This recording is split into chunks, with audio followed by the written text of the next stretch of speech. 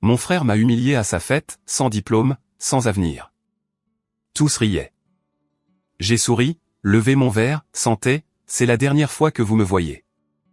Je suis parti, laissant la salle dans un silence total.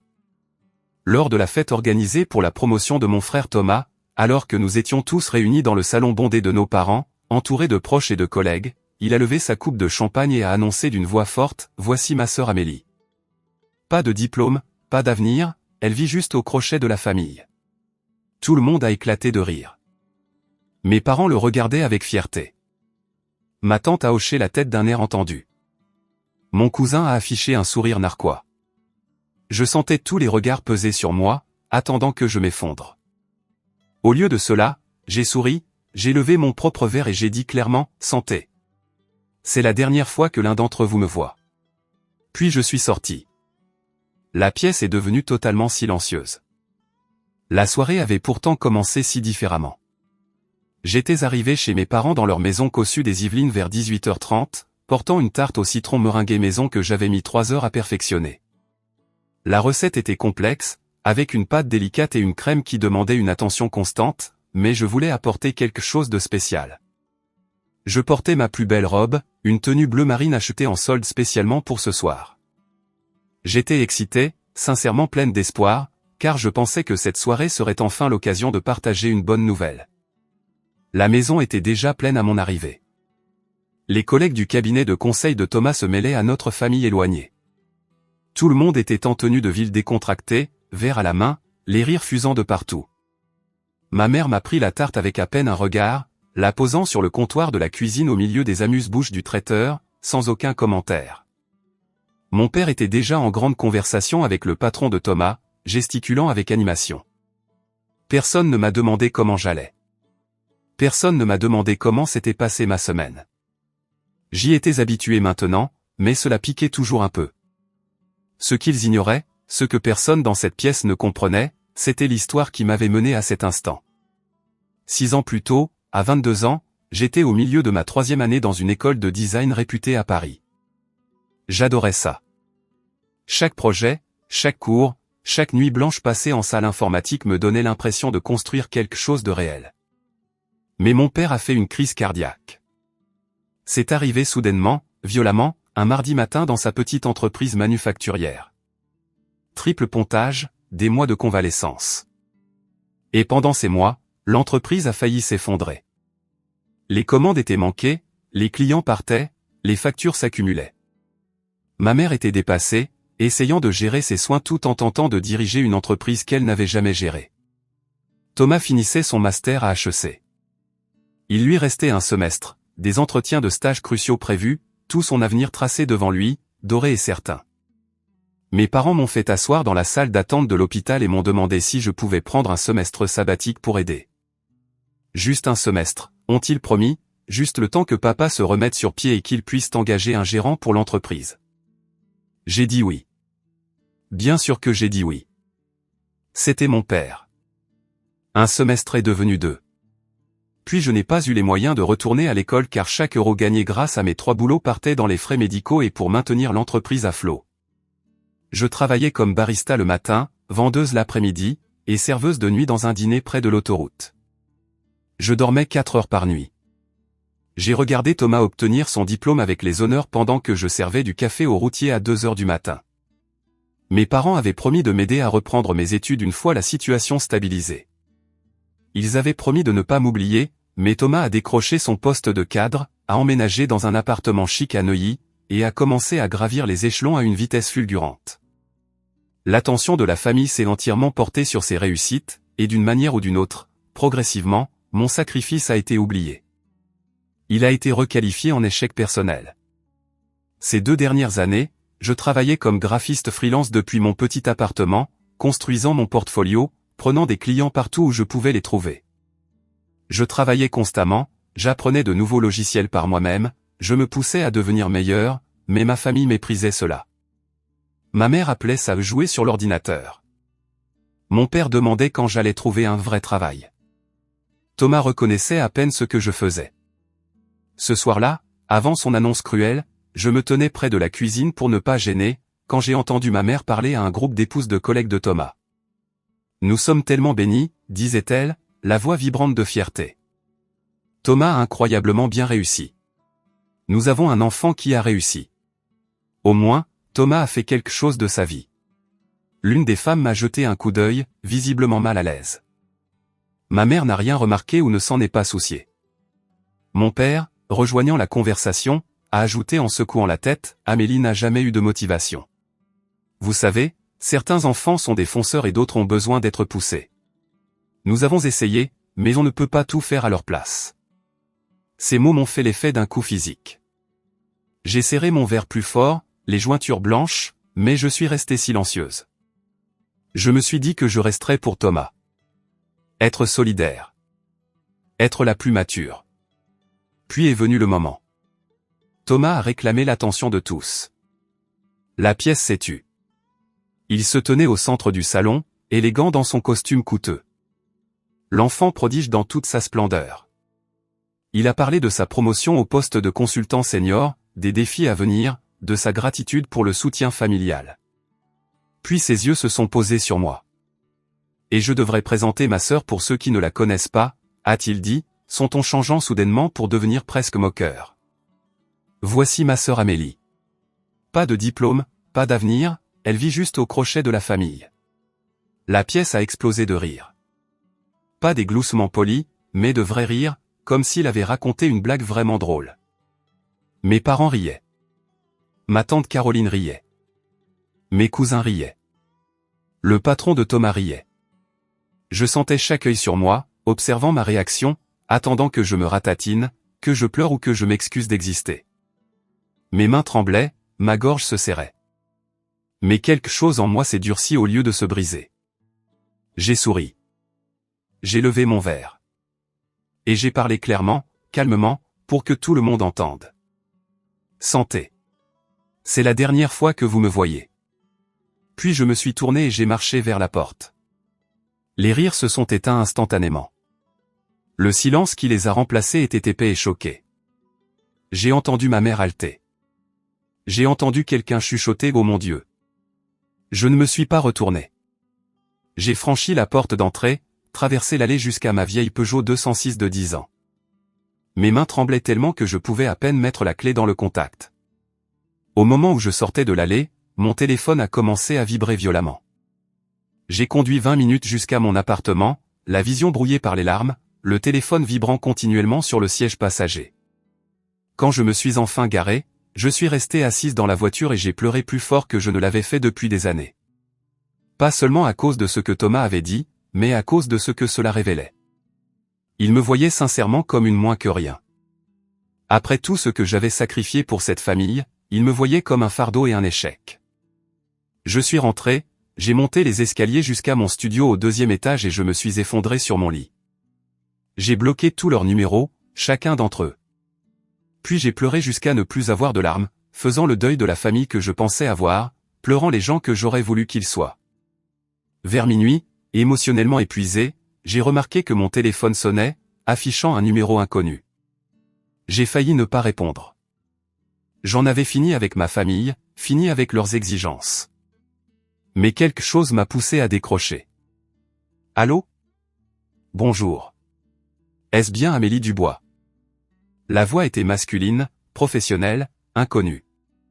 Oui, c'est elle. Ici Marc Bernard. Je suis le directeur de création senior chez Sterling et Associés à Paris. J'essaie de vous joindre depuis 3 jours. Je me suis redressé, confuse et soudain alerte. Pardon, quoi ? J'ai vu votre portfolio en ligne, a-t-il continué, la voix chaleureuse et enthousiaste. Votre travail est exceptionnel, frais, audacieux, exactement ce que nous recherchons. Je voudrais vous offrir un poste de directrice artistique junior dans notre agence. Le salaire est de 55 000 € par an, avec avantages sociaux complets et aide au déménagement. Je ne pouvais plus respirer. Je n'arrivais pas à traiter ce que j'entendais. Je vous ai envoyé plusieurs emails et laissé des messages vocaux, a continué Marc. Mon ordinateur portable était à l'autre bout de la pièce. J'ai trébuché jusqu'à lui, ouvert mes emails avec des mains tremblantes. Ils étaient là. 3 emails de Sterling et Associés, une lettre d'offre formelle, le détail des avantages, tout était officiel et réel.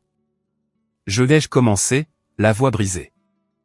J'ai besoin d'y réfléchir. Bien sûr, a dit Marc gentiment. Mais j'ai besoin de savoir avant vendredi à 17h. J'espère vraiment que vous direz oui, Amélie. Je pense que vous seriez un atout incroyable ici.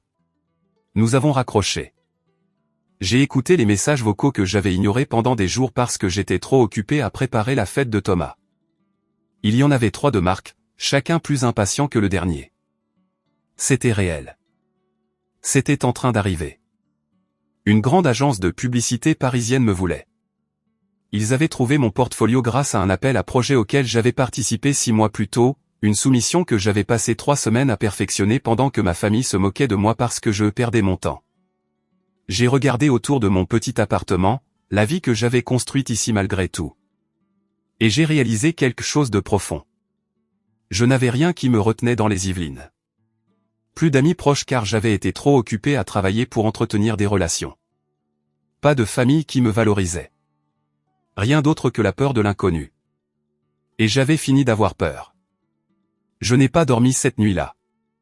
Je suis resté assise devant mon ordinateur à lire et relire la lettre d'offre de Sterling et Associés, essayant de me convaincre que c'était réel. 55 000 € par an. En cumulant mes missions freelance et en survivant tout juste, j'avais gagné peut-être 28 000 € l'année dernière. C'était le double. C'était une vie. À l'aube, j'avais pris ma décision. J'ai ouvert mes emails et tapé une réponse à Marc Bernard. Cher Marc, je suis honoré et ravi d'accepter votre offre. Merci de croire en mon travail. Je suis prête à commencer dès que possible. Cordialement, Amélie. J'ai appuyé sur envoyer avant de pouvoir douter. Dans l'heure qui a suivi, alors que je préparais du café les mains tremblantes, Marc a répondu. Il était clairement ravi. Il a envoyé les papiers d'embauche, une date de début 2 semaines plus tard, et les coordonnées d'un spécialiste en relocalisation qui pourrait m'aider à trouver un appartement à Paris. Les 2 semaines suivantes sont passées dans un flou de logistique et de détermination. J'ai donné mon préavis pour mon appartement, mon propriétaire étant étonnamment compréhensif. J'ai emballé tout ce que je possédais dans des cartons, ce qui n'était pas grand-chose.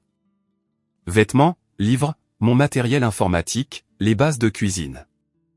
Toute ma vie tenait dans ma petite voiture avec de la place en rab. Pas une seule fois ma famille n'a appelé. Ils attendaient clairement que je m'excuse, que je revienne en rampant, en admettant que j'avais surréagi. Je ne les ai pas contactés non plus. Chaque jour passé dans le silence me rendait plus certaine que je faisais le bon choix. Le jour du déménagement est arrivé un samedi matin gris. J'ai chargé le dernier carton dans ma voiture, jeté un dernier regard à l'appartement où j'avais passé 2 ans à me reconstruire à partir de rien, et je suis parti. Je ne me sentais pas triste. Je me sentais libre. Paris était intense, de la meilleure façon possible. Le spécialiste en relocalisation m'avait aidé à trouver un petit studio à Montreuil, abordable avec mon nouveau salaire, à 40 minutes de métro des bureaux de l'agence située près de l'Opéra. C'était plus petit que mon logement précédent, mais les fenêtres donnaient vers l'est et la lumière du matin inondait la pièce.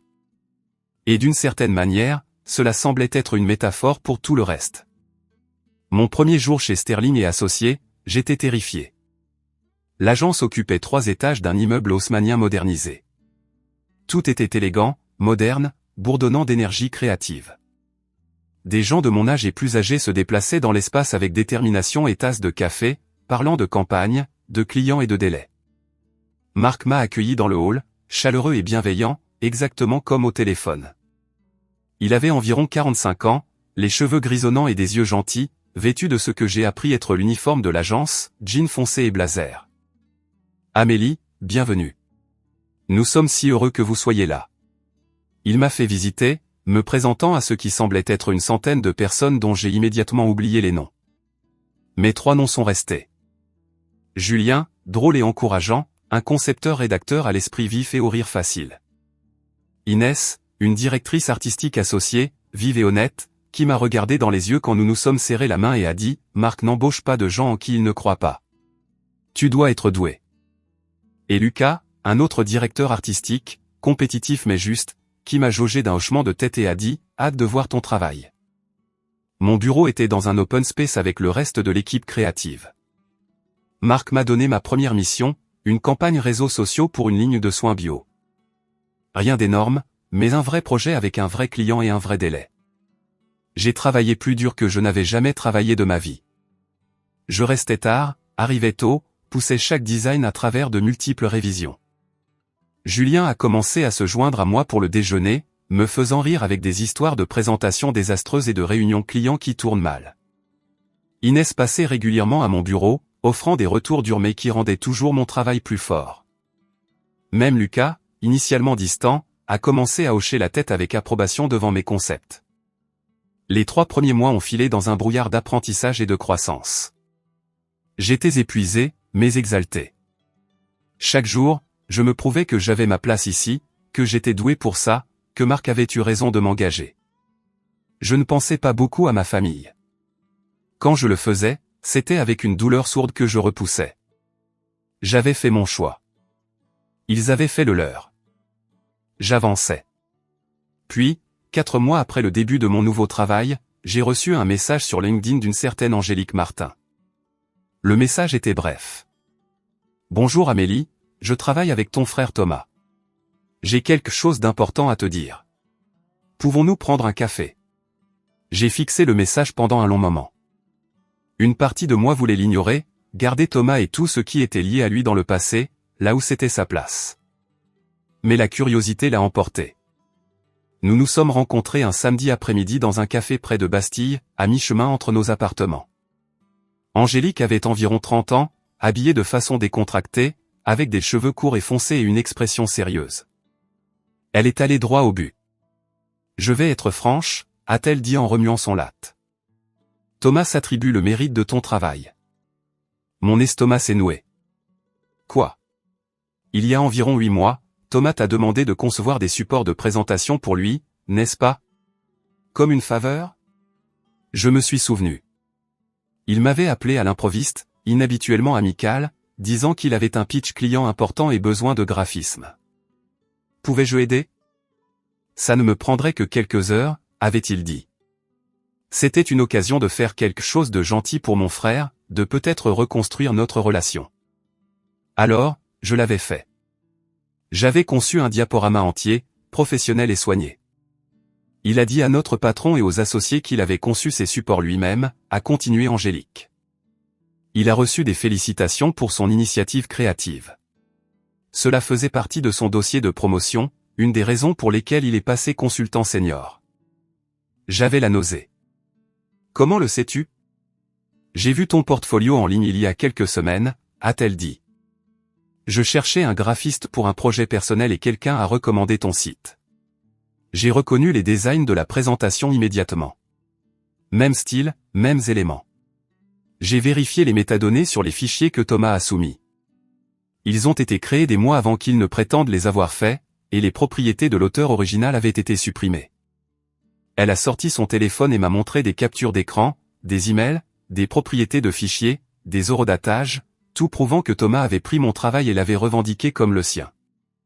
Pourquoi me dis-tu ça? Ai-je demandé, ma voix à peine au-dessus d'un murmure. L'expression d'Angélique s'est durcie. Nous nous sommes revus 2 fois au cours des 2 semaines suivantes. Angélique m'a fourni des copies de tout, des preuves détaillées. Elle m'a encouragé à les utiliser comme je le voulais, que ce soit pour confronter Thomas, le signaler à son entreprise ou simplement les garder pour ma propre tranquillité d'esprit. J'ai lutté avec ce que je devais faire. J'étais en colère, furieuse même.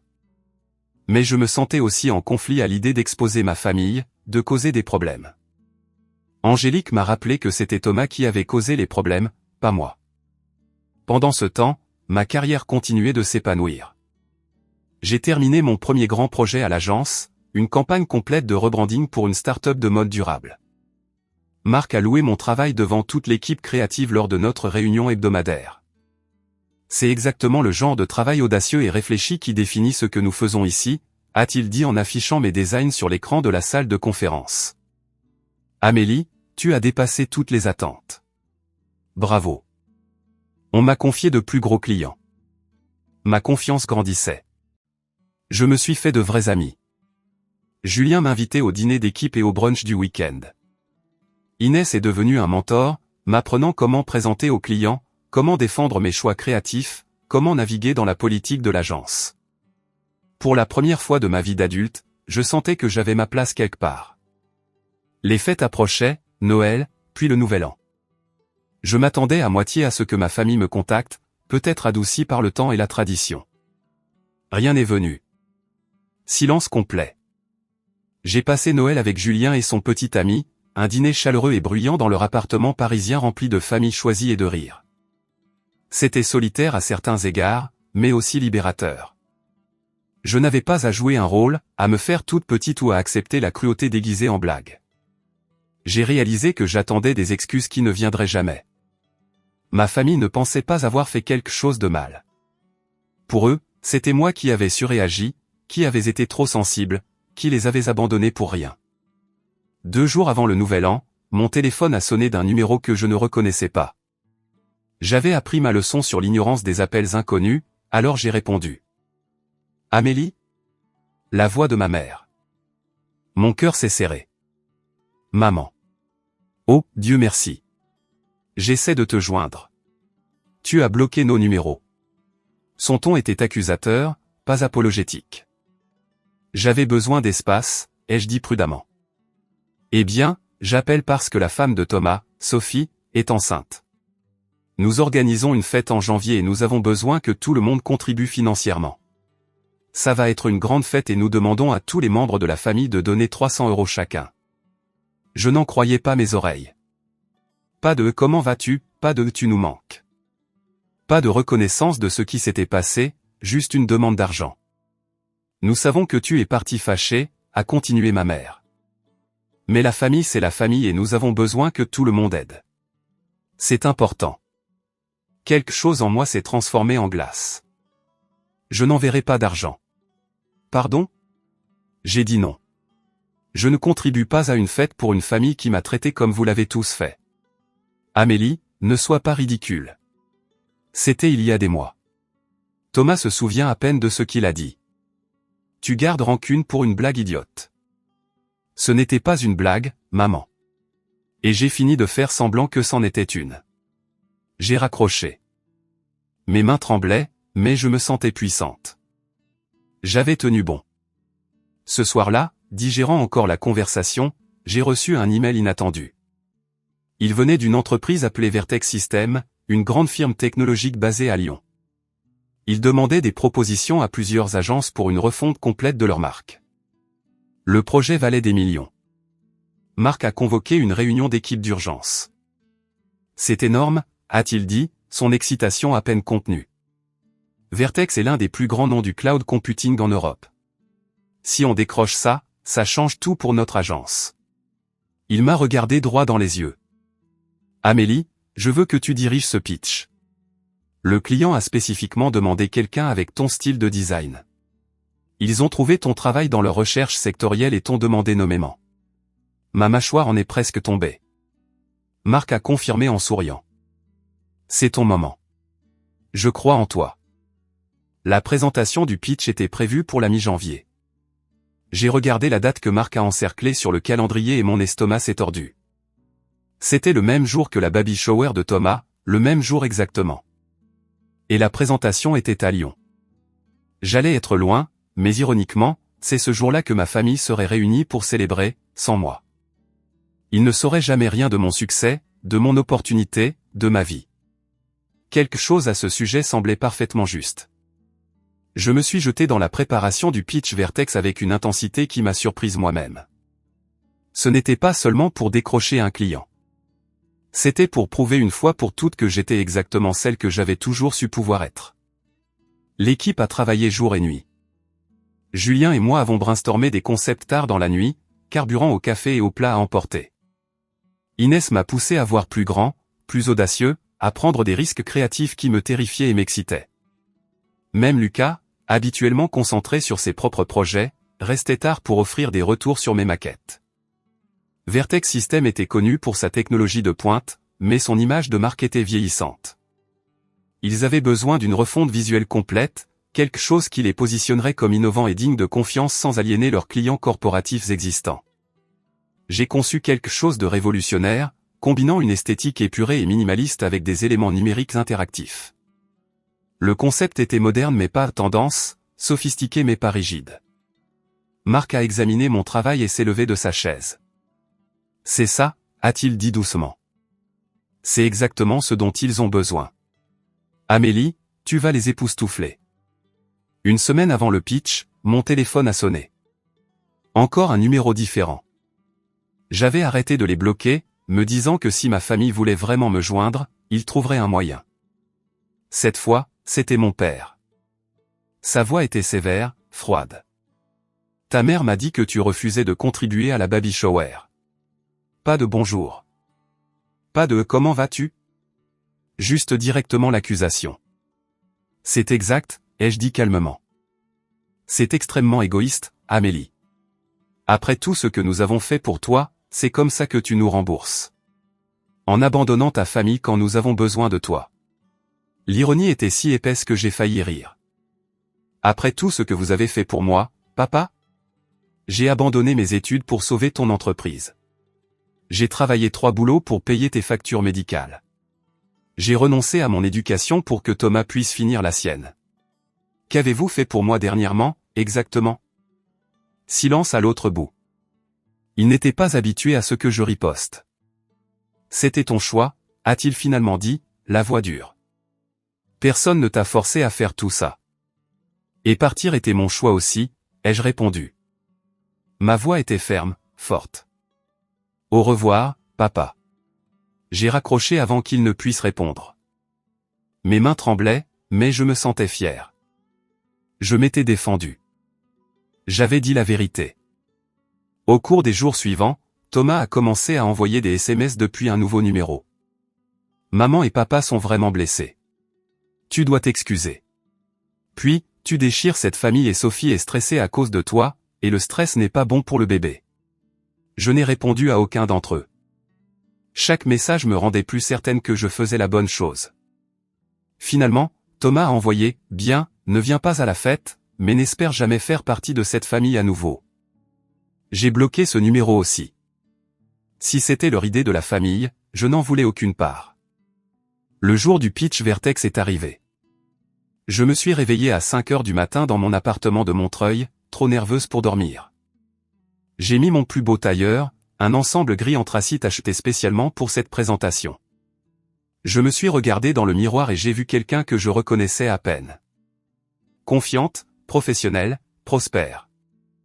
Nous avons pris le TGV pour Lyon avec Marc, Julien et Inès. Tout le trajet, ils m'ont encouragé, me rappelant à quel point mon travail était bon, à quel point j'étais prête. Le siège de Vertex était un immeuble de verre élégant dans le quartier de la Pardieu à Lyon, tout en lignes modernes et vues impressionnantes. On nous a fait entrer dans une salle de conférence au 20e étage. 6 cadres étaient assis en face de nous, y compris leur directrice marketing et leur PDG. J'ai présenté pendant 90 minutes. Je les ai guidés à travers tout le concept de rebranding, expliqué ma philosophie de design, montré des maquettes de ce à quoi leur nouvelle marque ressemblerait sur chaque plateforme. J'ai répondu à leurs questions de manière réfléchie, avec assurance. J'avais l'impression d'être exactement là où je devais être. Quand j'ai fini, la directrice marketing s'est reculée dans sa chaise et a souri. C'était exceptionnel. Un travail vraiment innovant. Le PDG a hoché la tête. Nous vous contacterons d'ici la fin de la semaine, mais je vous le dis maintenant, c'est exactement la direction que nous espérions que quelqu'un nous fasse prendre. Nous nous sommes serrés la main. Marc rayonnait. Julien m'a pressé l'épaule. Inès a chuchoté, tu as tout déchiré. Nous avons quitté le bâtiment, portés par l'adrénaline et l'espoir. Je me sentais invincible. Puis, dans le hall, j'ai littéralement percuté quelqu'un. Oh, je suis désolé, ai-je dit automatiquement en reculant. La personne a levé les yeux. Nos regards se sont croisés. C'était ma cousine Élise. Son visage est devenu complètement blanc. Amélie. Elle était habillée en tailleur d'entretien, serrant une chemise cartonnée, clairement là pour un entretien d'embauche. Elle regardait alternativement mes collègues et moi, observant nos tenues professionnelles, nos postures confiantes. « Qu'est-ce que tu fais là ?» a balbutié Élise. Avant que je puisse répondre, l'une des cadres de Vertex qui avait assisté à notre réunion est passée par là. Elle m'a reconnu et s'est arrêtée. « Travail brillant aujourd'hui, Amélie, a-t-elle dit chaleureusement. Nous vous donnerons une réponse d'ici vendredi, mais je veux que vous sachiez que votre agence est notre premier choix. Cette présentation était exactement ce dont nous avions besoin. Elle a souri et s'est éloignée. La mâchoire d'Élise est littéralement tombée. Elle m'a fixé, puis a regardé la silhouette de la cadre qui s'éloignait, puis m'a regardé à nouveau. J'ai ressenti une vague de satisfaction que je ne pouvais pas tout à fait réprimer. Bonne chance pour ton entretien, Élise, ai-je dit plaisamment. Puis je suis sorti, la laissant stupéfaite dans le hall. Le trajet de retour vers Paris était euphorique. Mon équipe n'arrêtait pas de célébrer, parlant déjà de la façon dont nous exécuterions la campagne quand, et non si, nous décrocherions le contrat. Marc n'arrêtait pas de me jeter des regards avec cette expression fière, presque paternelle.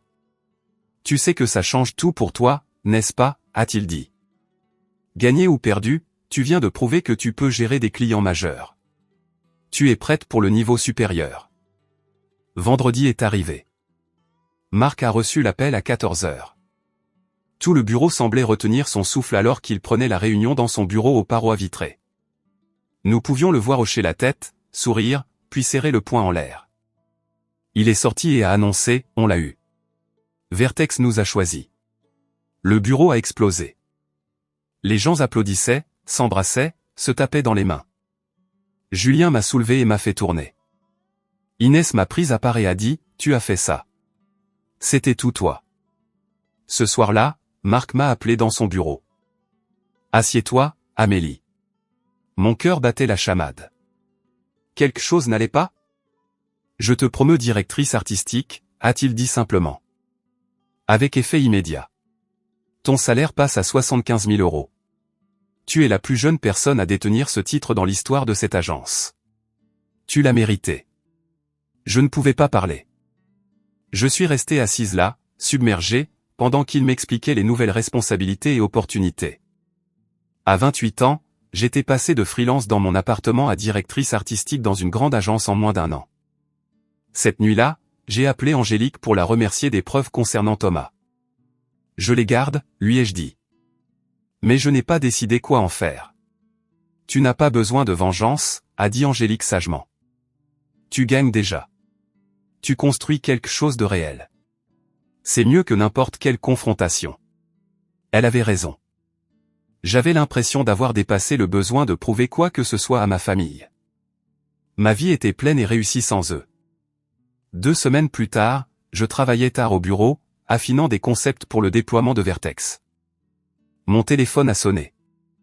Numéro inconnu. J'ai répondu distraitement, concentré sur mon écran. Amélie ? Une voix de femme froide et tranchante. Oui, c'est Sophie, la femme de Thomas. J'ai arrêté ce que je faisais. D'accord. Je ne sais pas ce que tu penses faire, a-t-elle dit, son ton dégoulinant de mépris. Mais Élise a dit à toute la famille qu'elle t'a vu à Lyon prétendant être une sorte de grande professionnelle, affirmant que tu dirigeais une présentation importante. Mon estomac s'est serré. Je ne prétendais pas. J'ai dirigé une présentation. Thomas a vérifié. Il n'y a aucune trace de toi travaillant dans une entreprise légitime. Nous savons que tu mens sur le fait d'avoir un travail chic pour te faire bien voir. C'est pathétique, Amélie. Tu as clairement besoin d'aide professionnelle. Inventer des histoires pour attirer l'attention est un signe de problème sérieux. J'ai réalisé ce qui s'était passé. Thomas avait probablement cherché mon nom dans la mauvaise agence ou fait une recherche internet bâclée. Il n'avait rien trouvé et avait supposé que je mentais plutôt que d'envisager qu'il avait cherché au mauvais endroit. Je pouvais la corriger tout de suite. Je pouvais lui donner le nom de mon agence. Tout prouver. Mais soudain, j'ai vu une opportunité différente. Je les ai laissés croire que je mentais. Pense ce que tu veux, Sophie, ai-je dit calmement. Ça m'est vraiment égal. J'ai raccroché. Au cours du mois suivant, j'ai observé à distance ma famille répandre des rumeurs sur moi. Élise postait des mises à jour vagues sur les réseaux sociaux à propos de membres de la famille qui fabriquent des vies entières pour attirer l'attention et l'importance d'obtenir de l'aide pour les gens qui ont perdu le contact avec la réalité. Ma mère a apparemment dit aux proches à l'église que je traversais quelque chose de difficile et qu'ils étaient très inquiets pour moi. Mes collègues ont remarqué que je semblais distraite. Julien a demandé si ça allait. J'ai expliqué brièvement la situation, ne voulant pas déverser tout mon drame familial sur eux. Ils étaient outrés pour moi. Quand vas-tu leur dire la vérité, a demandé Julien. Inès, plus mesurée, a demandé, qu'est-ce que tu attends? J'y ai réfléchi. Le bon moment. Quand ça fera le plus mal. 3 mois ont passé. L'hiver a laissé place au printemps. Mon travail sur la campagne Vertex dépassait les attentes de tout le monde. Le rebranding a été lancé publiquement en avril avec un succès retentissant dans toute l'industrie. Des panneaux d'affichage ont été installés dans les grandes villes.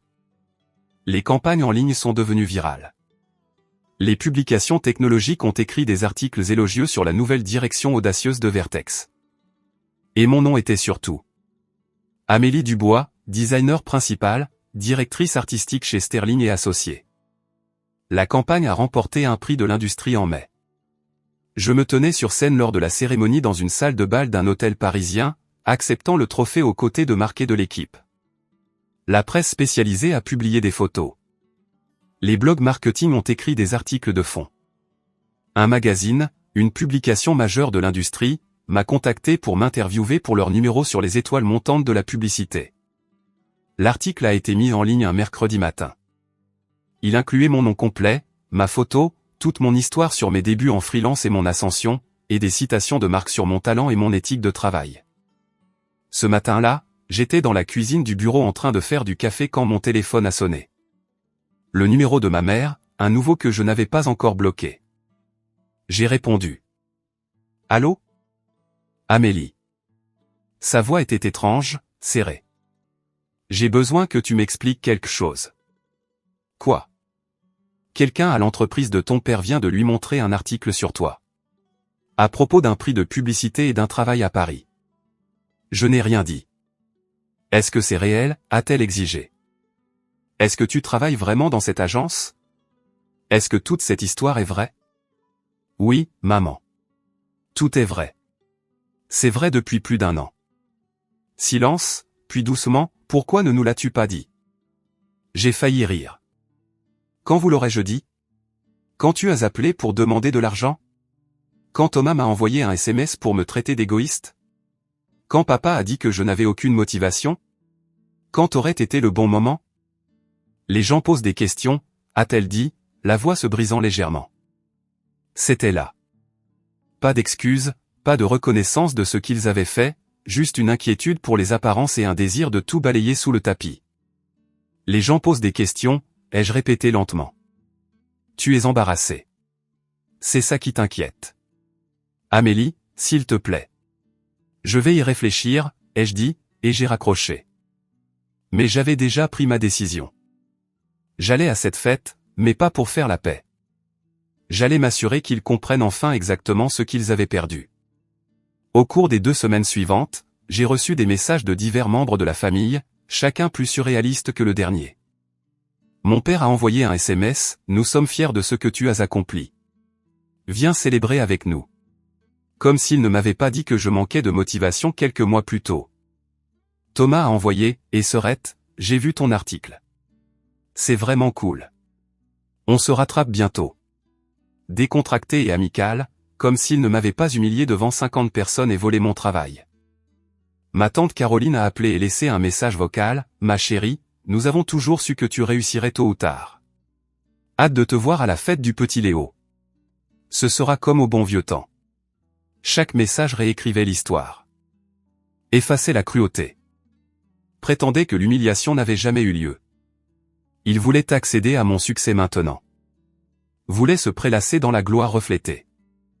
Voulait dire à leurs amis que leur fille, sœur, nièce travaillait dans la publicité à Paris. J'ai montré les messages à Inès pendant le déjeuner un jour. Elle les a lus avec une fureur croissante, son expression normalement composée s'assombrissant. Ils veulent t'utiliser, a-t-elle dit brutalement. Ils ne te valorisaient pas quand ils pensaient que tu ne valais rien. Maintenant ils veulent te revendiquer parce que tu as réussi. Ne les laisse pas faire. Je vais à la fête, ai-je dit. Elle a eu l'air surprise.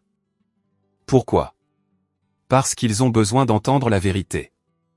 Ils ont besoin de comprendre ce qu'ils ont fait, et ils ont besoin de l'entendre devant tout le monde, de la même manière qu'ils m'ont humilié.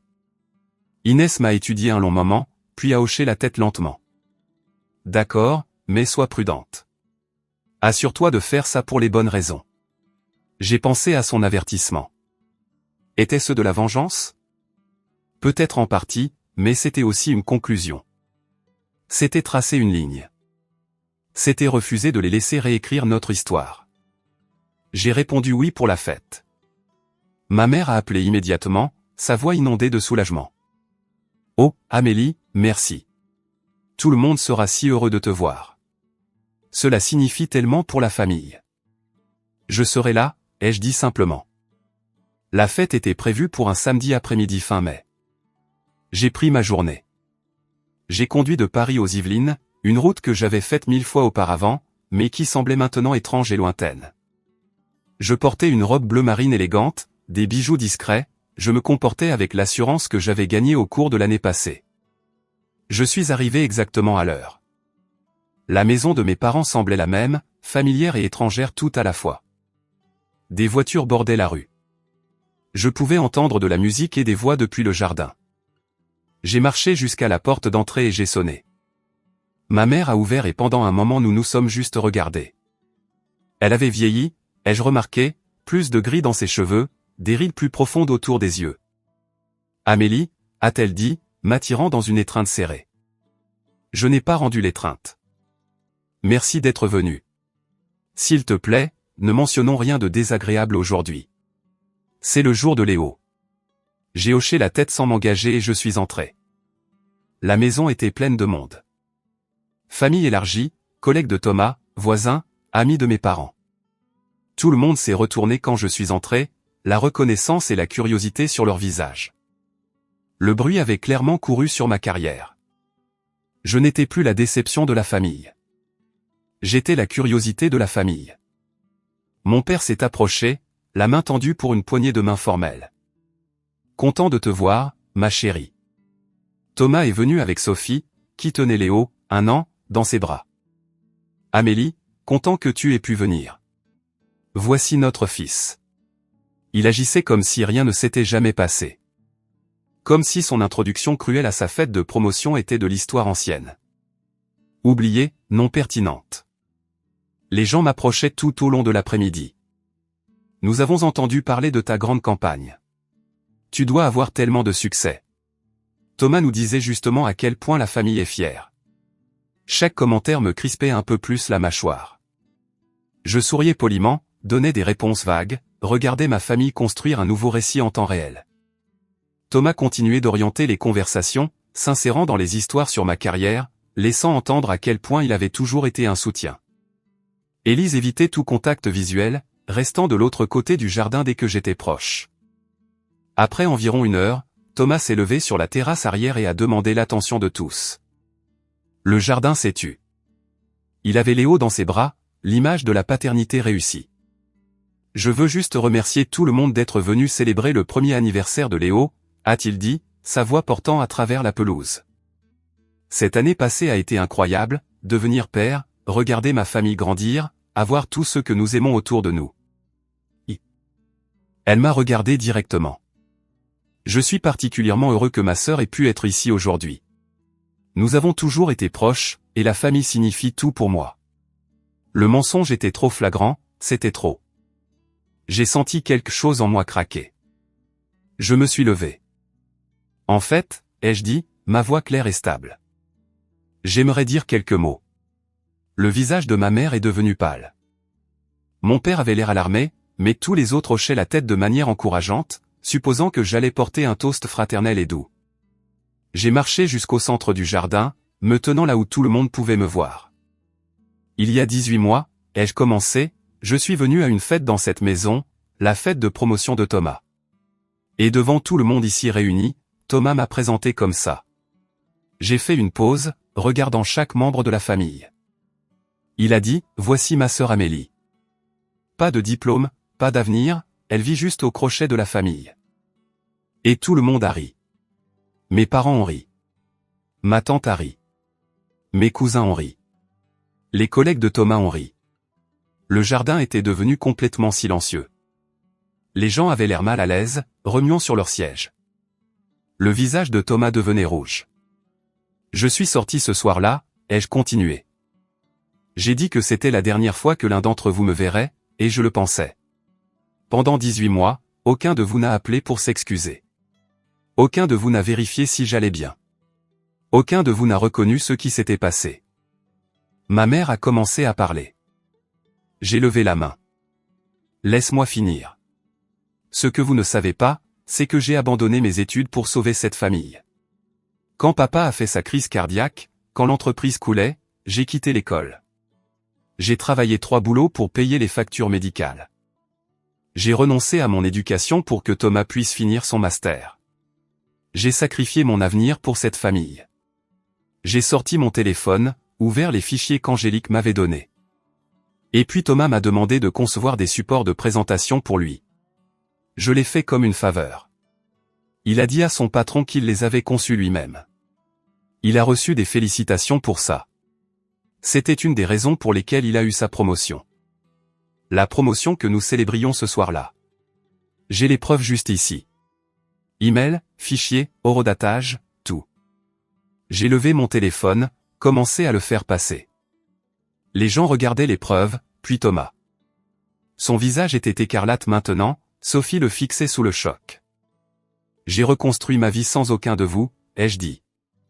J'ai déménagé à Paris. J'ai été embauché par une grande agence de publicité. J'ai dirigé la campagne qui a gagné un prix de l'industrie.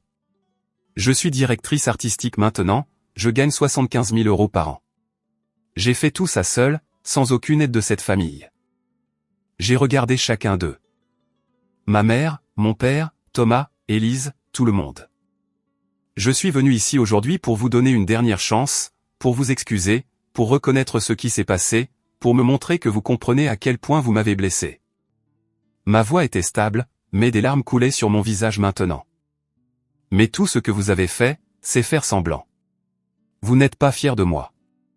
Vous êtes embarrassé d'avoir eu tort à mon sujet. Vous ne voulez pas de relation.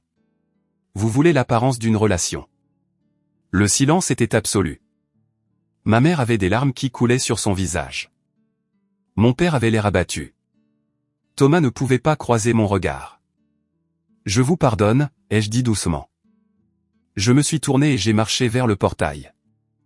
Derrière moi, le chaos a éclaté. Ma mère appelait mon nom. Les gens parlaient tous en même temps. J'ai entendu la voix de Sophie s'élever contre Thomas, exigeant des explications. Ma mère m'a rattrapé à ma voiture. Amélie, s'il te plaît, ne pars pas. On peut arranger ça. Je me suis tourné pour lui faire face. Maman, je t'aime, mais je mérite mieux que ça. J'ai toujours mérité mieux. Nous sommes désolés, a-t-elle dit en pleurant ouvertement. Maintenant nous sommes tellement désolés. S'il te plaît, ne pars pas, j'ai secoué la tête doucement. Je suis déjà parti il y a 18 mois. Vous ne l'aviez juste pas remarqué. Je suis monté dans ma voiture et je suis parti. Cette fois, je ne fuyais pas blessé. Je m'éloignais guéri. Le trajet de retour vers Paris semblait différent de tous les trajets que j'avais jamais faits. Mes mains étaient stables sur le volant. Mon cœur, bien que lourd, semblait plus léger d'une certaine manière. J'avais dit ce qui devait être dit. J'avais tracé la limite qui devait être tracée. Mon téléphone vibrait constamment sur le siège passager, mais je ne l'ai pas regardé avant d'être garé en sécurité devant mon appartement de Montreuil 2 heures plus tard. 17 appels manqués. 32 SMS. Je les ai fait défiler brièvement. De maman, s'il te plaît, appelle-moi. Nous devons parler. De papa, tu as embarrassé cette famille aujourd'hui. Ce que tu as fait était inacceptable. De Thomas, tu n'avais pas le droit de parler de cette histoire de design. Tu me fais passer pour quoi au travail, même en crise, même après avoir été exposé. Il ne s'inquiétait que de lui-même. Il y avait un message qui m'a surprise, cependant. De Sophie. Je ne savais pas pour les designs. Je ne savais pas pour beaucoup de choses. Je suis désolé pour ce que je t'ai dit au téléphone. Tu ne méritais pas ça. Je n'ai répondu à aucun d'eux. Je suis rentré, je me suis changé pour mettre des vêtements confortables et j'ai commandé à manger. Puis j'ai appelé Inès. Comment ça s'est passé, a-t-elle demandé immédiatement. Je leur ai tout dit devant tout le monde. Et je suis parti. J'ai dit ce que j'avais à dire et je suis parti. Il y a eu une pause. Comment te sens-tu? J'y ai réfléchi. Libre. Les semaines suivantes ont été calmes. Ma famille a arrêté d'appeler après les premiers jours. Je me demandais s'ils avaient enfin accepté ma décision ou s'ils se regroupaient simplement. Quoi qu'il en soit, le silence était un soulagement. Le travail est devenu mon centre d'intérêt et mon sanctuaire. La campagne Vertex performait au-delà des projections, et nous avions commencé à recevoir des demandes d'autres grandes entreprises technologiques qui avaient vu notre travail. Marc continuait de me confier de plus gros projets, me faisant confiance avec plus de responsabilités. En juin, j'ai rencontré Pierre lors d'une exposition photo dans le Marais. C'était un photographe freelance qui exposait une série sur les paysages urbains. Nous avons commencé à parler de composition et d'espace négatif, et 3 heures plus tard, nous avons réalisé que la galerie fermait. Il m'a demandé mon numéro. Je le lui ai donné. Notre premier rendez-vous a été un café qui s'est transformé en dîner, qui s'est transformé en promenade dans la ville jusqu'à minuit à parler de tout et de rien. Il était gentil, attentionné, sincèrement intéressé par mon travail. Quand je lui ai parlé prudemment de ma situation familiale, il n'a pas essayé de la réparer ou de la minimiser. Il a juste écouté. Ça a demandé du courage, a-t-il dit simplement. De te défendre comme ça. C'était exactement ce que j'avais besoin d'entendre. L'été est passé dans un flou de bonnes choses. Ma relation avec Pierre s'est approfondie. Mes amitiés au travail se sont renforcées. Julien et moi avons commencé une tradition de brunch le dimanche. Inès est devenue plus qu'un mentor. Elle est devenue une vraie amie, quelqu'un que je pouvais appeler à minuit quand j'étais anxieuse à propos d'un pitch, quelqu'un qui me disait la vérité même quand c'était dur à entendre. En août, Marc m'a appelé dans son bureau. « Assieds-toi, Amélie. » Mon cœur a bondi. J'avais appris que ces conversations pouvaient aller dans les deux sens. Il a souri. « Je te promeux encore. Directrice artistique senior. Ton salaire est maintenant de 90 000 €. Tu l'as mérité 10 fois. » J'avais 29 ans et je gagnais plus d'argent que je n'avais jamais imaginé possible. Plus que Thomas, ai-je réalisé avec une petite satisfaction privée. Un soir de début septembre, je suis rentré à la maison pour trouver une épaisse enveloppe dans ma boîte aux lettres. L'adresse de retour était la maison de mes parents dans les Yvelines. Mon premier instinct a été de la jeter sans l'ouvrir, mais quelque chose m'a fait la rentrer. Je me suis assise sur mon canapé pendant 10 minutes à regarder l'enveloppe. Finalement, je l'ai ouverte. À l'intérieur se trouvait une lettre, longue de 8 pages, écrite à la main sur le papier à lettres de ma mère. « Chère Amélie, commençait-elle. Je ne sais pas si tu liras ceci.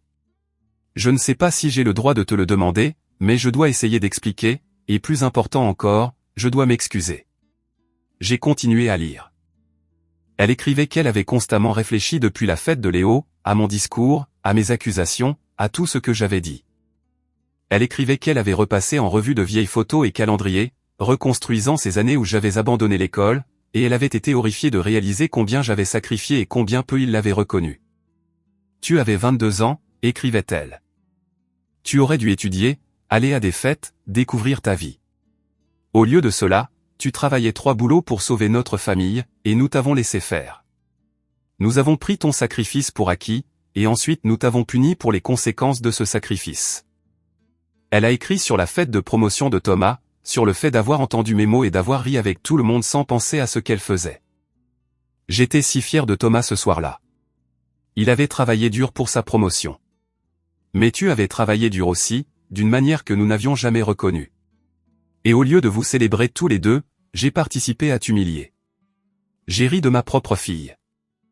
Je le regretterai pour le reste de ma vie. Elle a écrit sur les mois de silence, sur la façon dont il s'était convaincu que je surréagissais, que j'étais dramatique, que je faisais un caprice. On se disait que tu reviendrais quand tu serais calmé. On se disait que ce n'était pas si grave. Nous avions tort. C'était grave. Ce que Thomas a dit était cruel. Ce que nous avons fait en riant était plus cruel, et ce que nous avons fait depuis, en essayant de prétendre que ça n'était jamais arrivé, était le pire de tout. Elle a écrit sur la lecture de l'article concernant mon prix, sur la réalisation que j'avais construit toute une carrière réussie dont il ne savait rien. J'étais fier quand je l'ai lu, mais ensuite j'ai eu honte parce que j'ai réalisé que je n'avais aucun droit d'être fier. Je ne t'avais pas soutenu. Je n'avais pas cru en toi. Je n'avais pas gagné le privilège de célébrer ton succès. Elle s'est excusée d'avoir appelé pour demander de l'argent, d'avoir essayé de me faire venir à la baby shower comme si tout allait bien, d'avoir répandu des rumeurs selon lesquelles j'étais mentalement instable. Nous ne pouvions pas accepter que tu aies réellement réussi sans nous. C'était plus facile de croire que tu mentais que d'affronter le fait que nous nous étions complètement trompés sur toi. La lettre continuait sur 8 pages. De vraies excuses, assumant la responsabilité, pas d'excuses bidons, pas de diversion, juste la vérité. Je ne m'attends pas à ce que tu nous pardonnes, concluait-elle. Je me suis assise sur mon canapé et j'ai pleuré. Pas vraiment des larmes de tristesse, quelque chose de plus compliqué. Le deuil de ce qui aurait pu être, le soulagement qu'elle comprenne enfin, la gratitude qu'elle ait écrit la lettre, et toujours en dessous de tout ça, la colère que ça ait pris autant de temps. Je n'ai pas répondu tout de suite. J'avais besoin de temps pour traiter, mais j'ai gardé la lettre. Une semaine plus tard, une autre enveloppe est arrivée. Celle-ci de Thomas, plus courte, seulement 2 pages, mais similaire dans le ton. Amélie, j'ai beaucoup réfléchi depuis la fête de Léo. En fait depuis bien avant ça. Mais je n'étais pas honnête avec moi-même. Angélique est venue me voir après que tu as exposé le vol des designs. Elle a démissionné et a raconté toute l'histoire à nos associés. Il y a eu une enquête. J'ai reçu un blâme formel. Je suis passé très près d'être viré. Je suis en probation maintenant. Et j'ai mérité tout ça. J'ai volé ton travail. Je me suis attribué le mérite de ton talent. Et pire, je me suis moqué de toi publiquement pour ne pas avoir le succès que je t'avais littéralement volé. J'étais jaloux. J'ai toujours été jaloux de toi, en fait. Tu es naturellement créatif d'une manière que je n'ai jamais été. Tu crées de belles choses. Je fais juste des tableaux Excel. Quand tu as abandonné pour aider papa, une partie de moi était soulagée parce que ça voulait dire que je serais toujours celui qui réussit par défaut. C'est une chose terrible à admettre, mais c'est vrai. J'ai construit ma carrière en partie sur ton sacrifice et en partie sur ton travail volé.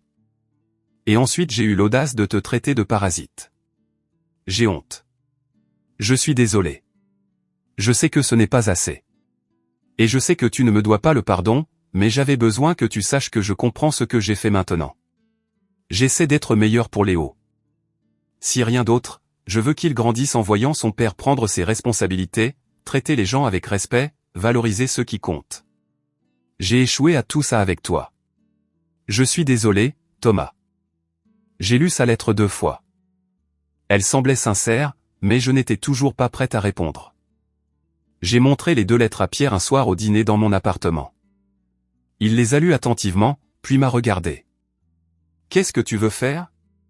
Je ne sais pas, ai-je admis. Une partie de moi veut croire qu'ils ont changé. Une partie de moi pense qu'il est trop tard. Peut-être que c'est les 2, a dit Pierre doucement. Peut-être qu'ils ont changé et peut-être qu'il est trop tard pour que les choses redeviennent comme avant. Mais ça ne veut pas dire qu'il n'y a pas de chemin possible. Juste un chemin différent. J'ai pensé à ces mots pendant des jours. Finalement, j'ai répondu à ma mère. Pas une longue lettre, juste une page. Maman, merci pour ta lettre. Merci d'avoir enfin été honnête sur ce qui s'est passé. J'apprécie cela plus que tu ne le penses. Je ne suis pas encore prête pour une relation. Je ne le serai peut-être pas avant longtemps, peut-être des années. Mais j'apprécie tes excuses et je suis ouverte à la possibilité de reconstruire quelque chose de nouveau, éventuellement. Ça ne peut pas être ce que c'était avant. Ça doit être différent, construit sur l'honnêteté et le respect. J'ai besoin de temps. J'ai besoin d'espace. Mais je ne ferme pas complètement la porte. J'espère que tu comprends, Amélie. Je l'ai envoyé. Puis j'ai essayé d'avancer dans ma vie. L'automne est venu, puis l'hiver. Ma mère envoyait des emails occasionnels. Jamais insistant, juste de petites mises à jour sur sa vie. Papa avait commencé une thérapie. Thomas travaillait sur lui-même. Léo marchait maintenant. Je lui manquais, mais elle respectait mes limites. Je ne répondais pas à la plupart, mais je les lisais tous. La lettre de Thomas, je l'ai laissée sans réponse. Je n'étais pas encore prête pour ça. Le travail continuait de prospérer. En novembre, j'étais assise dans mon bureau à revoir des concepts pour une nouvelle campagne quand Marc a frappé à ma porte. « Tu as une minute ?» « Toujours. » Il s'est assis, l'air presque nerveux. « Les associés veulent te voir. » Salle de conférence, maintenant. Mon estomac a chuté. Quelque chose ne va pas? Vas-y juste, a-t-il dit, mais il souriait. J'ai marché jusqu'à la salle de conférence sur des jambes flageolantes. Les 3 associés qui possédaient l'agence étaient assis à la table. Ils se sont levés quand je suis entré. Amélie, a dit chaleureusement l'associé senior, une femme nommée Catherine. Assieds-toi, je t'en prie. Je me suis assise. Nous avons observé ton travail de très près, a-t-elle continué. Tes campagnes ont amené 5 clients majeurs l'année dernière. Tu as mentoré les designers juniors brillamment. Tu as représenté cette agence lors d'événements de l'industrie avec professionnalisme et perspicacité. Pour dire les choses simplement, tu nous es devenu indispensable. Elle a glissé un dossier sur la table. Nous aimerions t'offrir le poste de directrice de création. Cela vient avec un salaire de 115 000 €, un intéressement aux bénéfices et un siège à nos réunions de direction créative. Tu serais la plus jeune directrice de création dans les 30 ans d'histoire de notre agence. Je ne pouvais pas respirer. Directrice de création à 29 ans. Nous avons besoin d'une réponse d'ici la fin de la semaine, a dit Catherine. Mais j'espère que tu diras oui.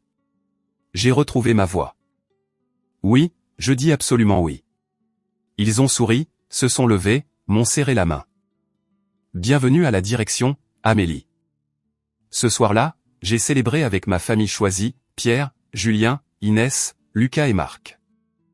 Nous sommes allés dans un restaurant à Saint-Michel, avons bu trop de vin, ri jusqu'aux larmes. Ces gens qui m'avaient vu au plus bas et m'avaient aidé à devenir la meilleure version de moi-même, qui avaient cru en moi quand ma propre famille ne le pouvait pas. C'était ma famille maintenant, et c'était très bien comme ça. 1 an après avoir quitté la fête d'anniversaire de Léo, j'étais une personne complètement différente vivant une vie complètement différente. Pas différente de la manière qui se voyait en surface, bien qu'il y en ait eu plein. Différente de la manière qui comptait. J'avais appris à me valoriser. J'avais appris que l'amour sans respect n'est pas vraiment de l'amour. J'avais appris que s'éloigner de la toxicité n'est pas abandonner. C'est se choisir soi-même. Mon appartement à Montreuil s'était transformé en un vrai foyer. Pierre avait emménagé 6 mois plus tôt et soudain l'espace qui avait toujours semblé temporaire est devenu permanent. Ses photographies étaient accrochées au mur à côté de mon travail de design. Nos livres se mélangeaient sur les étagères. Nous avions des routines, des blagues privées, une vie ensemble qui semblait solide et réelle. Le travail était extraordinaire. En tant que directrice de création, je dirigeais une équipe de 12 designers et directeurs artistiques supervisant des campagnes pour certaines des plus grandes marques du pays. Le rebranding de Vertex avait ouvert des portes que je n'avais jamais imaginées possibles. Entreprise technologique, marque de mode, association, tout le monde voulait Sterling et associés, et spécifiquement, il me voulait moi. J'avais été présenté dans 3 publications majeures de l'industrie. J'avais parlé à des conférences. J'avais mentoré de jeunes designers qui me rappelaient moi-même, affamés et talentueux, et ayant juste besoin que quelqu'un croie en eux. Un jeudi fin mai, j'étais à mon bureau en train de revoir un pitch deck quand mon téléphone a vibré avec un SMS d'un numéro inconnu. J'ai failli l'ignorer, mais quelque chose m'a fait regarder. Bonjour Amélie. C'est Sophie, la femme de Thomas. Je sais que nous ne nous sommes pas parlé depuis la fête de Léo l'année dernière. Je te contacte parce que c'est l'anniversaire de Thomas le mois prochain, et je prévois un petit dîner, juste la famille. Je voulais t'inviter personnellement. Pas de pression, pas d'attente. Je comprends si tu n'es pas prête, mais l'invitation est sincère. J'ai fixé le message pendant un long moment. Puis je l'ai montré à Inès, qui était passée à mon bureau pour une revue créative. Elle l'a lu et m'a regardé. Qu'est-ce que ton instinct te dit? Je ne sais pas, ai-je admis. Une partie de moi veut y aller. Une partie de moi pense que c'est trop tôt. Qu'est-ce qui allait accomplirait, a-t-elle demandé. J'ai réfléchi. Peut-être une conclusion. Peut-être voir si quelque chose a vraiment changé. Et si rien n'a changé, alors je pars à nouveau. Mais au moins je saurai pour de bon. J'ai répondu à Sophie, merci pour l'invitation. Je vais y réfléchir et je te dirai. Au cours de la semaine suivante, j'ai pensé à peu d'autres choses. J'ai parlé à Pierre, qui soutenait quoi que je décide. J'ai parlé à Julien, qui était sceptique mais compréhensif. J'ai même appelé ma thérapeute, une femme nommée docteur Sarah Cohen, que j'avais commencé à voir 6 mois plus tôt. De quoi avez-vous peur, a demandé docteur Cohen pendant notre séance. Qu'il n'ait pas vraiment changé. Que ce soit la même dynamique juste avec de meilleurs mots. Que je sois blessé à nouveau.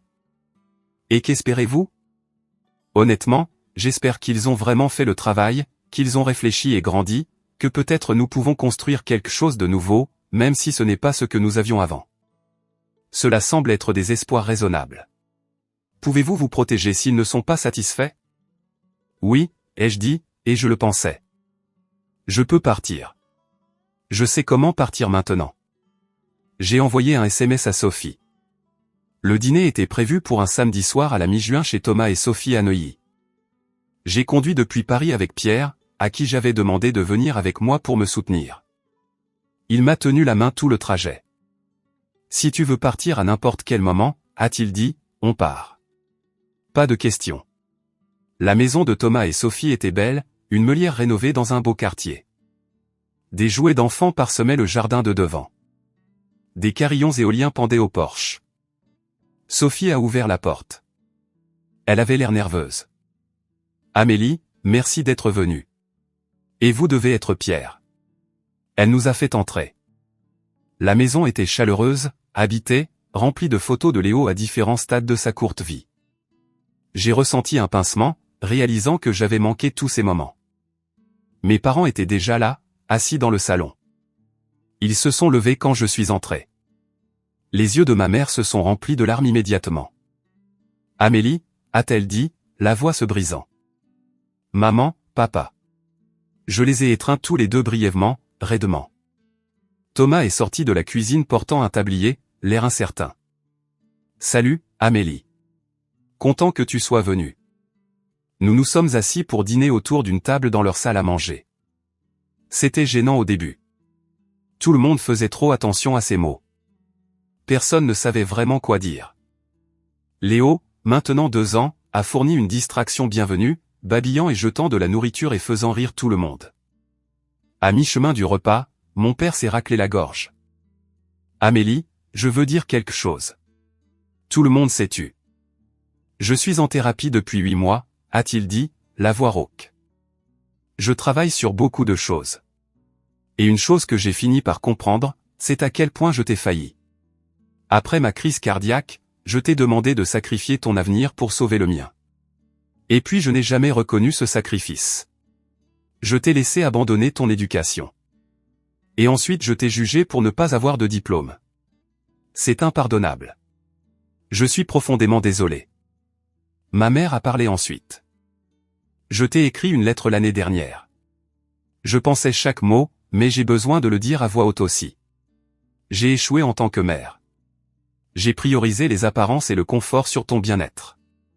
Quand Thomas t'a humilié à sa fête, j'aurais dû te défendre immédiatement. Au lieu de cela, j'ai ri. Je porterai cette honte pour le reste de ma vie. Je suis désolé, ma chérie. Je suis tellement, tellement désolé. Thomas a posé sa fourchette. Je travaille avec un thérapeute aussi. Et j'ai dû affronter des vérités difficiles sur moi-même. J'étais jaloux de toi, Amélie. Toujours. Tu es talentueuse d'une manière que je ne suis pas, créative et courageuse et authentique. J'ai construit mon succès en partie sur ton travail. Et ensuite je me suis moqué de toi pour ne pas avoir de succès. La démission d'Angélique a forcé une enquête dans mon cabinet. J'ai failli être viré. Je suis toujours en probation et j'ai mérité tout ça. Je t'ai volé. Je t'ai trahi. J'ai honte de qui j'étais. J'essaie d'être meilleur, mais je sais que ça n'efface pas les dommages. Je suis désolé. Sophie a parlé en dernier. Je ne te connaissais pas avant l'année dernière. Je savais seulement ce que Thomas m'avait dit, ce qui était une version biaisée conçue pour le faire bien voir. Quand tu as exposé la vérité à la fête de Léo, j'étais furieuse contre Thomas. Nous avons failli nous séparer. Nous sommes en thérapie de couple depuis 1 an. Il fait le travail maintenant. Il le fait vraiment. Mais je voulais que tu saches que je te vois. Je vois ce qu'ils t'ont fait. Et je suis désolé d'avoir participé à continuer ce mal en t'appelant et en t'accusant de mentir. Tu ne méritais pas ça. Je suis restée assise là à tout absorber. Ces excuses étaient différentes de la lettre. Elles étaient publiques, témoignées, plus difficiles à retirer, et elles semblaient sincères, mais les mots étaient faciles. J'avais besoin de savoir si quelque chose avait fondamentalement changé. J'apprécie tout ça, ai-je dit prudemment. Je l'apprécie, mais je dois être honnête. Je ne suis pas sûr de pouvoir vous faire confiance encore. La confiance se mérite, et vous avez détruit la mienne. Ces excuses sont un début, mais ce sont juste des mots. J'ai besoin de voir un changement constant sur la durée avant de pouvoir envisager d'avoir une vraie relation avec l'un d'entre vous à nouveau. Mon père a hoché la tête lentement. C'est juste. C'est plus que juste. J'ai besoin de limites, ai-je continué. J'ai besoin de savoir que si je dis non à quelque chose, ce sera respecté. J'ai besoin de savoir que ma carrière et mes choix ne seront pas méprisés ou moqués. J'ai besoin de savoir qu'on ne me demandera pas de me sacrifier pour cette famille à nouveau. Compris, a dit ma mère doucement. Et j'ai besoin que vous compreniez tous autre chose, ai-je dit en regardant chacun d'eux. J'ai construit une belle vie sans vous. J'ai des gens qui m'aiment et me soutiennent. J'ai une carrière dont je suis fier. J'ai un partenaire qui me traite avec respect. Je n'ai plus besoin de cette famille. Je choisis de vous donner une chance parce que je le veux, pas parce que j'en ai besoin. C'est une distinction importante. Les yeux de Thomas étaient rouges. Nous comprenons. Et nous sommes reconnaissants que tu sois même disposé à essayer. La conversation est passée à des sujets plus légers après ça. Ils ont posé des questions sur mon travail et je leur ai parlé des campagnes récentes. Ils ont posé des questions sur Pierre et il les a charmés avec des histoires sur ses projets photos. Ma mère a demandé si j'étais heureuse et j'ai dit oui sincèrement. Nous sommes partis vers 21h. Mes parents m'ont serré dans leurs bras plus longuement cette fois. Thomas a serré la main de Pierre et l'a remercié d'être venu. Sophie nous a raccompagnés à la voiture. Merci de nous donner une chance, a-t-elle dit. Je sais que nous ne le méritons pas, on verra, ai-je dit honnêtement. C'est juste une première étape. Dans la voiture, Pierre a demandé, comment te sens-tu? Prudemment optimiste, ai-je dit. Il semble sincère. Mais j'ai déjà été brûlé. Vas-y doucement, a-t-il dit. Tu ne leur dois rien. Au cours des 6 mois suivants, ma famille a prouvé qu'ils étaient sérieux au sujet du changement. Ma mère envoyait des SMS occasionnels, toujours respectueux de mes limites, ne demandant jamais plus que ce que j'étais prête à donner. Mon père a envoyé un chèque de 40 000 €, le montant qu'il avait calculé que j'avais dépensé pour ses frais médicaux et dans l'entreprise familiale. J'ai failli le renvoyer, mais Pierre m'a convaincu de le garder. Tu as gagné cet argent, a-t-il dit. Tu t'es sacrifié pour eux. Laisse-les faire au moins une réparation financière partielle. J'ai déposé le chèque et je l'ai utilisé comme apport pour un appartement à Montreuil, un investissement dans mon avenir. Thomas me contactait tous les mois, jamais insistant, envoyant des mises à jour sur Léo et ses propres progrès en thérapie. Il avait commencé à faire du bénévolat avec un programme de mentorat pour les jeunes, travaillant avec des gamins intéressés par les carrières commerciales. Il m'a envoyé une photo de lui avec un groupe d'adolescents à un forum des métiers, l'air sincèrement heureux. J'essaie d'être le genre de mentor que j'aurais aimé être pour toi, disait son SMS. Lentement, prudemment, j'ai commencé à les laisser revenir. Pas complètement. Pas au centre de ma vie où ils pourraient me blesser à nouveau, mais à la périphérie où nous pouvions construire quelque chose de nouveau. À Noël cette année-là, j'ai accepté de passer une journée dans les Yvelines avec la famille. Juste une journée, avec Pierre comme tampon. C'était étrange mais pas terrible. Nous avons échangé des cadeaux.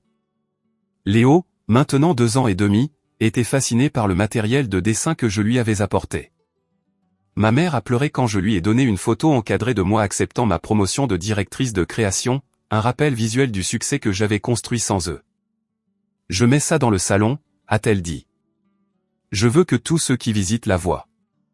Je veux qu'il sache à quel point je suis fier de toi. Je n'ai pas corrigé son utilisation du mot fier. J'apprenais à accepter la réalité complexe que les gens pouvaient être sincèrement fiers de vous maintenant, même s'ils vous avaient terriblement failli dans le passé. En mars, près de 2 ans après avoir quitté la fête d'anniversaire de Léo, j'ai reçu une invitation inattendue. Le Festival de la publicité organisait sa cérémonie annuelle de remise de prix à Cannes. Ma campagne Vertex avait été nominée pour la campagne de l'année. Marc m'a appelé dans son bureau pour me le dire. Nous t'envoyons pour représenter l'agence. Tous frais payés. Et Amélie, tu vas gagner. Je sais que tu vas gagner. Tu ne peux pas savoir ça, ai-je dit, mais je souriais. Je reconnais le talent quand je le vois. Tu vas gagner. La cérémonie était un samedi soir en avril. Sterling et associé a envoyé toute une équipe, Marc, Inès, Julien, Lucas et moi. Pierre est venu comme mon accompagnateur. Nous avons pris l'avion pour Nice, sommes restés dans un bel hôtel, avons passé la journée avant la cérémonie à explorer la côte. La cérémonie de remise des prix se tenait dans une immense salle de bal, des centaines de professionnels de l'industrie en tenue de soirée. Quand ils ont annoncé les nominés pour la campagne de l'année, mon cœur battait si fort que je pensais que tout le monde pouvait l'entendre. La salle a explosé d'applaudissements. Je me suis levé, les jambes tremblantes, et j'ai marché vers la scène. Le trophée était lourd dans mes mains, réel et solide. J'ai regardé le public et j'ai vu mon équipe applaudir, Pierre filmer sur son téléphone, des étrangers applaudir mon travail. Au micro, j'ai dit « Merci ». Cette campagne représente tout ce que je crois sur le design. Que le bon travail vient de l'authenticité, de la prise de risque, du fait de s'entourer de gens qui croient en vous. Merci à Marc Bernard d'avoir pris un risque avec moi. Merci à mon équipe chez Sterling de m'avoir poussé à être meilleur. Et merci à tous ceux qui m'ont soutenu dans ce voyage. Cela signifie tout. Je suis sorti de scène et j'ai été immédiatement entouré de félicitations, de gens voulant me serrer la main, de photographes prenant des photos. C'était bouleversant et merveilleux. Plus tard ce soir-là, de retour à l'hôtel, j'ai posté une photo de moi avec le trophée sur les réseaux sociaux. J'utilisais rarement Instagram, mais cela valait la peine d'être partagé. En 1 heure, les messages ont commencé à affluer. Collègues de l'industrie, connaissances de l'école à qui je n'avais pas parlé depuis des années, anciens clients, et puis un SMS de ma mère. J'ai vu ton post. Ma chérie, je suis si incroyablement fier de toi. Tu as fait tout ça toute seule. Tu as mérité ça. Félicitations. Pour la première fois, sa fierté ne ressemblait pas à une tentative de réécrire l'histoire ou de s'attribuer du mérite. Cela ressemblait à un bonheur sincère pour mon succès. J'ai répondu « Merci, maman ». Ça compte beaucoup. C'était un petit moment, mais il comptait. Nous construisions quelque chose de nouveau. Lentement, prudemment, mais sincèrement. 6 mois après avoir gagné le prix de la campagne de l'année, j'étais assise dans mon bureau chez Sterling et associé un jeudi après-midi quand Catherine, l'associée senior, a frappé à ma porte. « Tu as 1 minute ?» « Bien sûr. » Elle s'est assise, l'expression sérieuse, mais pas méchante. « Amélie, je vais être directe parce que je pense que tu apprécies la franchise. Nous voulons faire de toi une associée junior. Nous t'offrons une part dans l'agence, un siège à la table exécutive, et un salaire de 150 000 €. Tu l'as mérité 10 fois. Qu'en dis-tu ? Je ne pouvais pas parler. À 30 ans, on m'offrait un partenariat dans une grande agence de publicité. 6 ans après que ma famille m'ait traité de moins que rien. 3 ans après être sorti de la fête de promotion de Thomas avec rien d'autre que ma dignité, je réussissais au-delà de tout ce que j'avais imaginé possible. Oui, ai-je finalement réussi à dire ? Absolument, oui. Catherine a souri. Bien. Bienvenue au partenariat, Amélie. Tu l'as mérité. Ce soir-là, Pierre et moi avons célébré avec un dîner dans notre restaurant préféré de Montreuil. Nous avions emménagé dans notre nouvel appartement 3 mois plus tôt, un magnifique 3 pièces avec briques apparentes et de grandes fenêtres donnant sur une rue bordée d'arbres. Cela ressemblait à un foyer d'une manière que nulle part ailleurs ne l'avait jamais été. Je suis fier de toi, a dit Pierre en levant son verre de vin. Pas seulement pour le partenariat, bien que ce soit incroyable. Je suis fier de la façon dont tu as reconstruit ta vie. Comment tu as pardonné sans oublier, comment tu as laissé ta famille revenir sans les laisser te blesser à nouveau? Je n'aurais pas pu le faire sans toi, ai-je dit. Honnêtement, tu aurais pu, a-t-il corrigé doucement. Mais je suis content que tu n'aies pas eu à le faire. La relation avec ma famille avait continué d'évoluer. Nous n'étions pas proches, pas de la façon dont certaines familles le sont, mais nous avions trouvé un rythme qui fonctionnait. Dîners mensuels, appels téléphoniques occasionnels, limites que tout le monde respectait. Ma mère avait arrêté d'essayer de réécrire l'histoire. Mon père avait arrêté de donner des conseils non sollicités. Thomas avait arrêté de s'attribuer le mérite de choses qui n'étaient pas à lui. Ils avaient fait le travail lentement, imparfaitement, mais sincèrement, et j'avais fait mon propre travail aussi. Apprendre à laisser de la place à la fois pour la blessure qu'ils avaient causée et l'effort qu'ils faisaient. Maintenant, un samedi d'octobre, je conduisais vers les Yvelines pour la fête du 3e anniversaire de Léo. Cette fois, j'y allais seul. Pierre était en déplacement pour le travail, mais je me sentais bien d'y aller seul. Cela semblait être une preuve significative de guérison réelle. La fête était dans le jardin de Thomas et Sophie, décorée avec des ballons et des serpentins sur le thème des super-héros. Léo était devenu un enfant doux et énergique qui m'appelait Tata Amélie et me montrait chaque jouet qu'il possédait. Pendant la fête, je me suis retrouvé debout à côté de Thomas près du barbecue. Nous avons regardé Léo jouer avec ses cousins dans un silence confortable pendant un moment. « Je peux te dire quelque chose » a dit Thomas doucement. « Bien sûr. Je suis reconnaissant que tu sois sorti de ma fête de promotion ce soir-là. » Je l'ai regardé, surprise. « Je suis sérieux » a-t-il continué. « Ce que je t'ai dit était l'une des pires choses que j'ai jamais faites. Et si tu n'étais pas parti, si tu avais juste accepté et que tu étais resté, je n'aurais jamais eu à affronter quel genre de personne j'étais devenu. Ton départ m'a forcé à me regarder en face. Ça nous a tous forcés à nous regarder. Je déteste t'avoir blessé à ce point, mais je suis reconnaissant que ta réaction ait été assez forte pour nous faire changer. Je ne savais pas quoi dire. Tu t'es sauvé toi-même, a dit Thomas. Mais d'une manière bizarre, tu m'as sauvé aussi. Tu m'as montré à quoi ça ressemble d'avoir des limites, d'exiger le respect, de se choisir soi-même. C'est une leçon que j'essaie d'enseigner à Léo maintenant. Qu'il n'a jamais à rester dans des situations où il n'est pas valorisé. Je suis contente que tu aies appris de ça, ai-je finalement dit. Je le suis vraiment. Moi aussi. Ce soir-là, en rentrant à Montreuil, j'ai pensé à tout ce qui s'était passé au cours des 3 dernières années.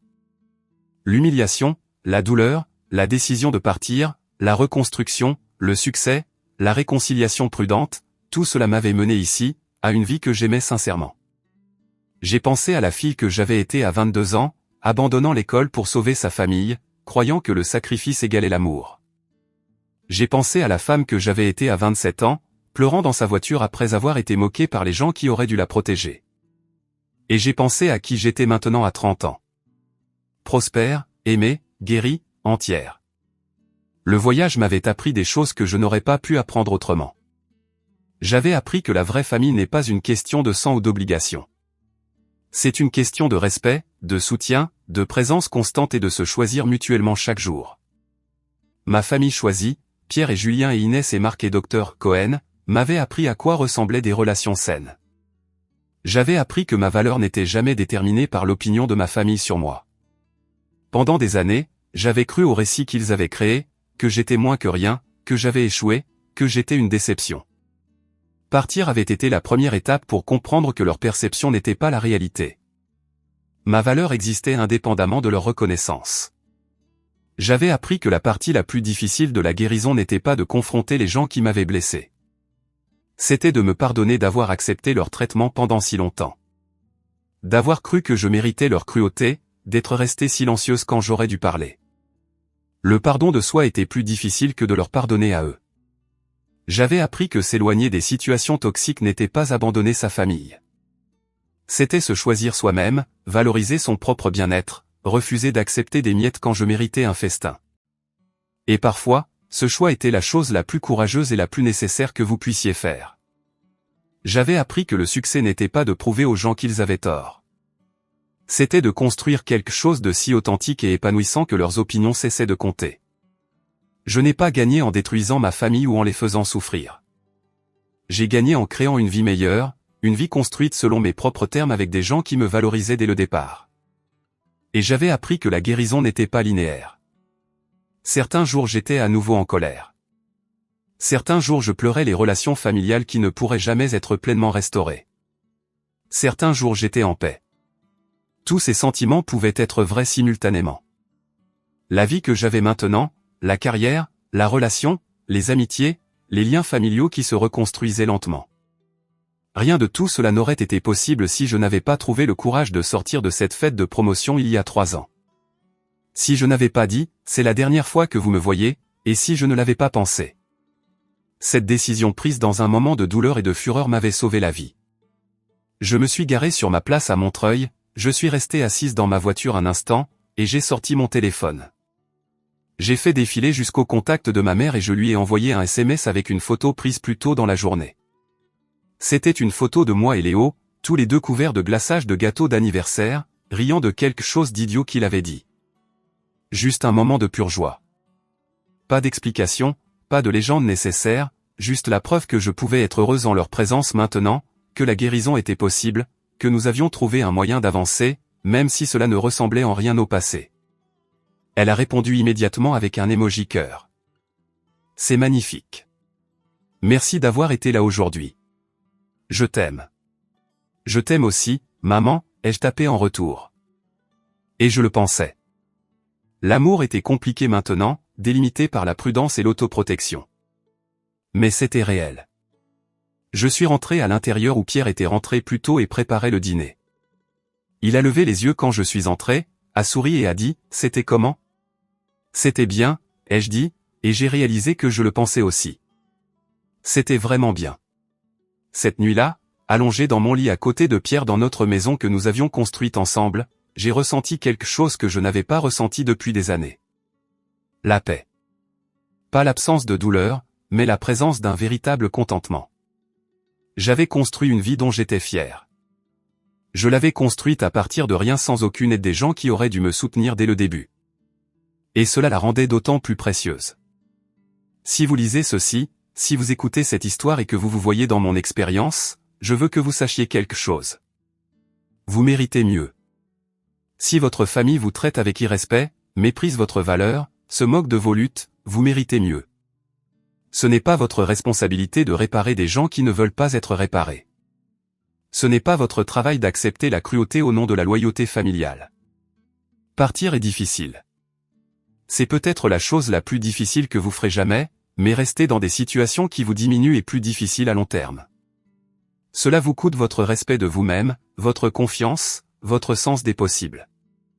Vous avez le droit de vous choisir. Vous avez le droit d'exiger le respect. Vous avez le droit de poser des limites et vous avez le droit de vous éloigner des gens qui ne peuvent pas ou ne veulent pas vous valoriser, même si ces gens sont votre famille. Le succès n'est pas une question de vengeance. Ce n'est pas de les faire regretter ou de leur prouver qu'ils ont tort. Le succès, c'est construire une vie qui vous rend heureux. Une vie entourée de gens qui voient votre valeur dès le premier jour. Une vie où vous n'avez pas à vous diminuer pour correspondre au récit de quelqu'un d'autre. Et si les gens qui vous ont blessé font finalement le travail, s'excusent finalement, changent finalement, vous décidez de les laisser revenir ou non. Mais cette décision doit venir d'un lieu de force et de guérison, pas d'obligation ou de culpabilité. Il y a 3 ans, je suis sorti d'une fête où ma famille m'a humilié. Aujourd'hui, je suis associé dans une grande agence de publicité. J'ai une belle maison avec quelqu'un que j'aime. J'ai de vraies amitiés. J'ai une famille que j'ai construite par choix et j'ai la paix. Cette paix valait chaque moment difficile du voyage pour arriver ici. Vous méritez la paix aussi. Vous méritez le respect. Vous méritez un amour qui ne vous demande pas de vous diminuer. Et vous méritez le courage de vous éloigner de tout ce qui est moins que cela. Votre valeur n'est pas sujette à débat. Elle ne l'a jamais été.